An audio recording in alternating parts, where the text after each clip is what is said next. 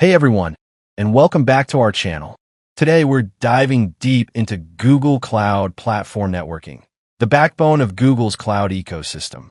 Whether you're preparing for Google Cloud certifications, architecting cloud solutions, or just curious about how enterprise-grade cloud networks work, this video will give you both the foundational knowledge and practical skills you need. We'll cover everything from basic concepts to advanced features, and I'll even show you a hands-on demo. So, make sure to stick around until the end, and don't forget to hit that subscribe button and like if you find this helpful. So, why is cloud networking such a big deal? Traditional networking requires physical hardware, complex configurations, and significant maintenance. GCP Cloud Networking virtualizes all this, letting you create sophisticated, scalable networks with just a few clicks or commands. Google operates one of the largest global networks in the world, with thousands of miles of fiber optic cables connecting their data centers across the globe. This massive footprint lets you deploy applications closer to users, reducing latency and improving performance. For example, data traveling between Google's network points typically experiences 40 to 80% lower latency compared to traditional internet routes. GCP networking isn't just about connectivity. It's about integrating a suite of services that provide security, scalability, and reliability. From virtual private cloud, VPC, to cloud load balancing and cloud armor, these services work together to build robust cloud environments. 1. Virtual private cloud, VPC. The heart of GCP networking is the virtual private cloud, VPC. Think of a VPC as your own isolated virtual data center in the cloud. It allows you to securely communicate between GCP resources, connect to the internet, and link to on-premises networks. Key points. Global scope. Unlike other cloud providers, GCP VPCs are global resources that span all regions, allowing you to create a truly global network without complex peering arrangements. Isolation and segmentation. Each VPC is logically isolated, and you can divide it into subnets for better organization and security. Custom IP address spaces. You define the IP address ranges using CDR blocks, e.g. 10.0.0.0/16. 2. Subnets and IP addressing. Within each VPC, you create subnets to segment your network. Unlike other cloud providers, GCP subnets are regional resources rather than zonal, meaning a single subnet can span multiple zones within a region. IP addressing in GCP is flexible. You can use private IP addresses, RFC 1918 ranges, for internal communication and public IP addresses for internet-facing resources. GCP also supports both IPv4 and IPv6. A unique GCP feature is alias IP ranges, which allow you to assign multiple IP addresses to a single VM interface. This is particularly useful for containerized workloads running on Google Kubernetes Engine, GK. 3. Firewall rules. Security is paramount in any network. GCP uses hierarchical firewall rules that let you control traffic at the network, project, or instance level. Rules can allow or deny traffic based on source/destination IP, port, protocol, or even instance tags. Unlike traditional firewalls, GCP's firewall is distributed and scalable. Each instance has its own firewall enforcement, meaning there's no single choke point that could become a bottleneck. 4. Cloud NAT and identity-aware proxy. For security, you often want to keep instances off the public internet.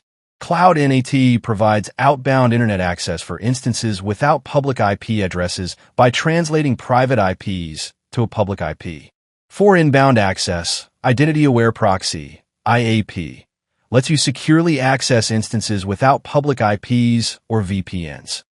IAP uses Google's identity infrastructure to control access based on user identity rather than network location.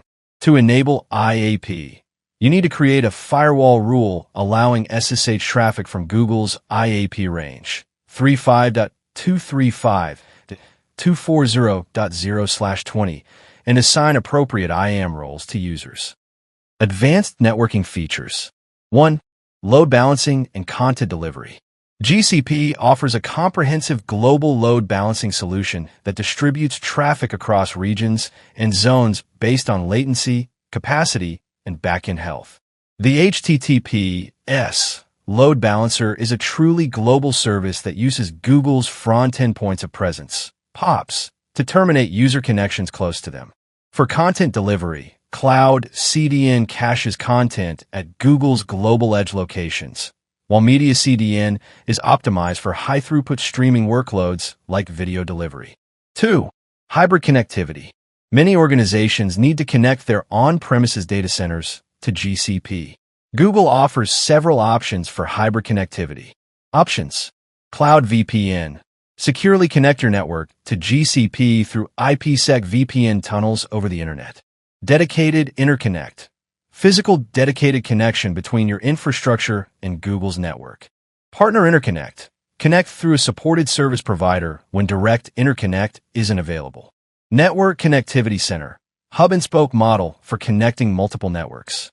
For production workloads, dedicated interconnect provides the most consistent network experience with lower latency and higher reliability compared to VPN over internet. 3. Network security. Beyond firewall rules, GCP provides cloud armor for protection against DDoS attacks and application attacks, and VPC service controls to create security perimeters around GCP resources.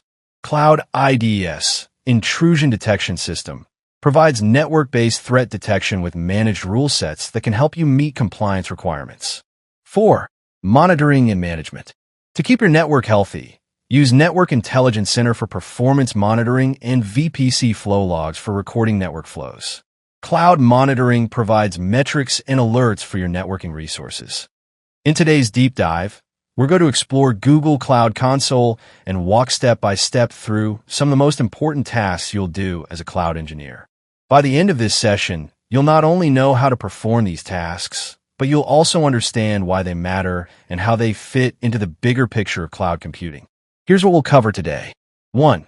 How to log into the Google Cloud Console and navigate the interface. 2.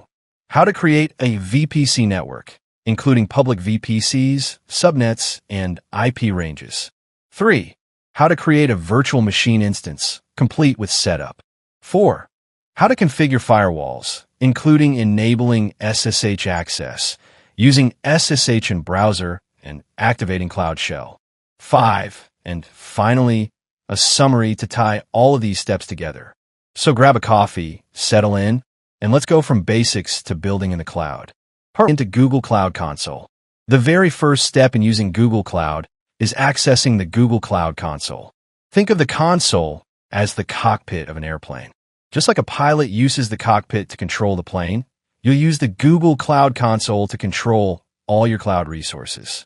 Every button, every dial, and every switch matters, and at first it can look intimidating. But once you understand the layout, it becomes second nature. Step 1. Accessing the console. Open your web browser and go to console.cloud.google.com. If you're not signed in yet, it will prompt you to log in with your Google account. If you already have a Gmail address, you can use that. If not, click Create Account. Google often gives $300 in free credits for new users, so you can try services without worrying about billing. Once logged in, you'll see the dashboard. Step 2. Exploring the console. At the top, you'll notice a search bar. This is one of the most useful features. Instead of hunting through menus, you could type what you're looking for, like VM instance or VPC, and jump straight to it. On the left-hand side, you'll see the navigation menu. It's expandable, and it lists major categories: compute, networking, storage, big data, AI and machine learning, security. Each category contains services. For example, under compute, you'll find Compute Engine, which is where we'll create virtual machines. Think of this navigation menu as your toolbox. Each drawer holds a different set of tools. By now, you're inside the console, and you know where to look. That's step 1 complete. Part 2. Creating a VPC network. Now let's talk about VPCs, or virtual private clouds. Imagine you're building a new neighborhood. You need streets, plots of land, and rules about where people can build houses. That's what a VPC does in the cloud. It creates your own isolated neighborhood of networking inside Google Cloud. Why a VPC? Without a VPC, all your resources would be scattered, like houses built without streets. Communication would be messy. A VPC provides structure. It defines subnets, like streets in your neighborhood. It assigns IP ranges, like house numbers. It controls how resources talk to each other and how traffic flows in or out. Step 1. Navigate to VPC. From the left menu, select VPC Network, then VPC Networks. Click Create VPC Network. Step 2. Naming. Give your VPC a descriptive name. For example, Public VPC Demo. Naming matters. When you manage dozens of networks, clear names save you from confusion. Step 3. Subnets. Here's where it gets interesting. Google gives you two options, automatic or custom. Automatic creates one subnet in each region. Custom lets you design exactly what you want. For learning, choose Custom. Click Add Subnet. Name it Public Subnet 1. Select a region, for example us, Central 1. Now set the IP range. Enter 10.0.0.0/24. What does this mean? The 10 at the start is a private IP range. The /24 means you're reserving 256 addresses. Think of it like numbering houses from 10.0.0 to 10.0.0.254. You can add more subnets if needed. Maybe one in Europe, another in Asia. Each subnet is like adding another street in your global neighborhood. Click Create, and you've built your first VPC. Part 3. Creating a virtual machine instance. Now, let's add a house to our neighborhood. A virtual machine instance. A virtual machine, or VM, is simply a computer that runs in Google's data center, but you control it from anywhere. Step 1. Navigate to Compute Engine. From a menu, click Compute Engine, then VM Instances. Click Create Instance. Step 2. Naming and Location. Give it a name, Demo Instance. Choose the same region and zone as your subnet, so everything stays close and latency is low. Step 3. Machine Type. Here you choose size. For light workloads, pick E2 Micro. For more power, go with E2, Standard or bigger. Think of it like choosing between a bicycle, a car, or a truck. Each has more horsepower, but also costs more. Step 4. Boot Disk. Pick your operating system. You can choose Ubuntu Linux, Debian, or Windows Server. It's like deciding whether your new house has wooden floors, tiles, or carpet. The foundation stays the same, but the feel is different. Step 5. Networking. Scroll to Networking. Here, select the VPC you created, Public VPC Demo. Then choose the subnet, Public Subnet 1. Step 6. Create. Click Create. Google will provision your VM.